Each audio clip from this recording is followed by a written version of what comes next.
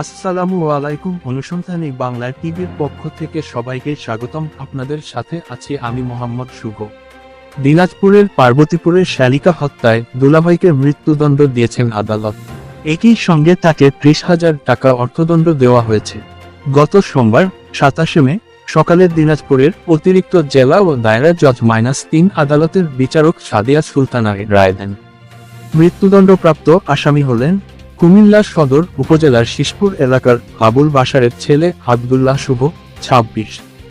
আদালত সূত্র জানায়, আব্দুল্লাহ শুভর সঙ্গে পার্বতীপুর উপজেলায় ফাতেমা সানিয়ার বিয়ে হয়।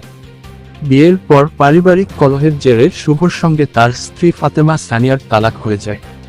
তালাকের পরও 2018 সালে 29 জানুয়ারি পার্বতীপুর উপজেলায় ফাতেমা সানিয়ার বাসায় যান শুভ। সেখানে ফাতেমা সানিয়ার সঙ্গে বাকবিতণ্ডার এক পর্যায়ে শুভ তার সাবেক স্ত্রী ফাতেমা সানিয়াকে ছুরি দিয়ে আঘাত করেন।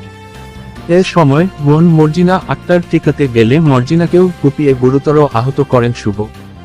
আহত অবস্থায় ফাতেমা ও মর্জিনাকে পার্বতীপুর উপজেলা হাসপাতালের নিলে চিকিৎসক মর্জিনাকে মৃত ঘোষণা করেন।